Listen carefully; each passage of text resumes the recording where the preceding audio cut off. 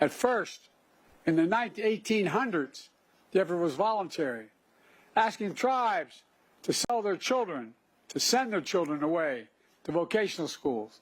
But then the federal government mandated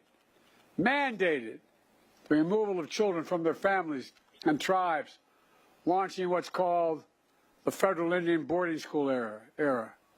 Over a 150-year span, 150 years, from the early 1800s to 1970, one of the most horrific chapters in American history. We should be ashamed. A chapter that most Americans don't know about. The vast majority don't even know about it. I was at my hotel today. I told the people, the hotel staff that are leaving. I said, "Where you go?" I told them. And so, "What are you doing?" I told them. They said they're natives here. They said, "I never knew that. I never knew that." Think of how many people don't know. As president, I believe it's important that we do know. You know, generations of native children stolen, taken away to places they didn't know, with people they never met, who spoke a language they had never heard. Native communities silenced. Their children's laughter and play were gone. Children would arrive at schools, their clothes taken off, their hair that they were told was sacred was chopped off, their names literally erased, replaced by a number or an English name. One survivor later recounted her days when taken away. She said, quote, "My mother, standing on that sidewalk, as we loaded into a green bus, I can see the image of my mom burned into my mind and my heart, where she was crying." Another survivor described what it was like at the boarding school. I quote, "When I would talk in my tribal language, I would get hit. I lost my tongue. They beat me every day. Children abused, emotionally, physically, and sexually abused. Forced into hard labor. Some put up for adoption without the consent of their birth parents. Some left for dead in unmarked graves. And for those who did return home, they were wounded in body and in spirit. Trauma and shame passed down through generations. The policy continued even after the Civil Rights Act, which got me involved in politics as a young man, even after the Civil Rights Act was passed in 1964. It continued. All told, hundreds and hundreds of federal Indian boarding schools across the country. Tens of thousands of Native children entered the system. Nearly 1,000 documented Native child deaths, though the real number is likely to be much, much higher. Lost generations, culture, and language. Lost trust. It's horribly, horribly wrong. It's a sin on our soul. I'd like to ask, with your permission, for a moment of silence, as we remember those lost and the generations living with that trauma.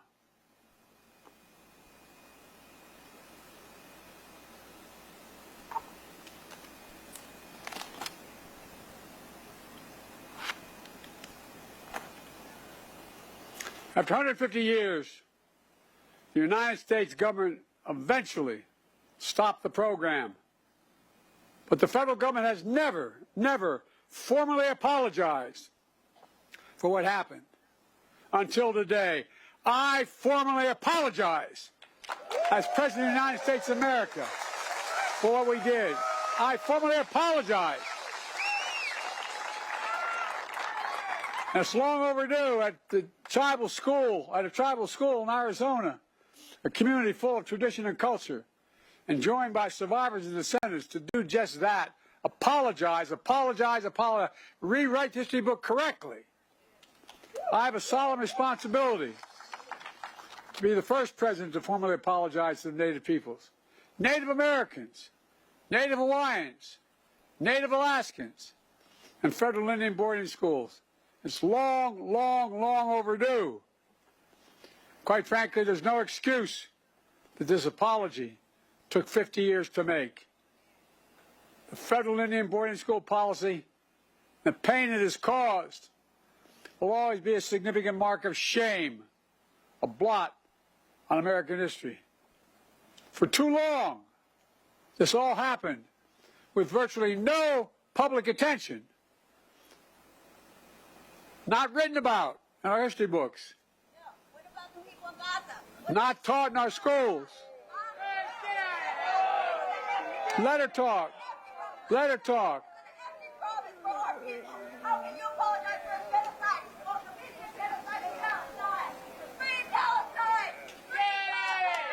Oh no, let her go. There's a lot of innocent people being killed. There's a lot of innocent people being killed, and it has to stop.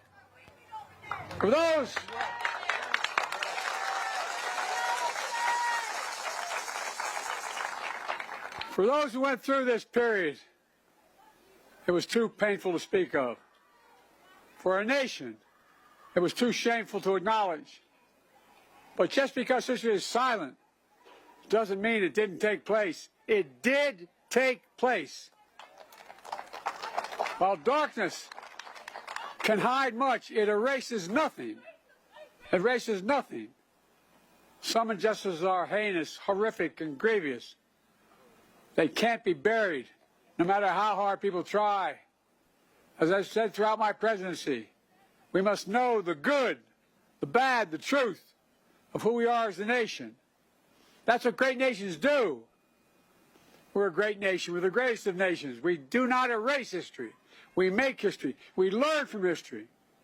And we remember so we can heal as a nation. It takes remembering. This formal apology is a culmination of decades of work by so many courageous people, many of whom are here today. Survivors and descendants, allies and advocates, like the nation's Native American Boarding School Healing Coalition. And all of you are part of that. Stand up. Stand up.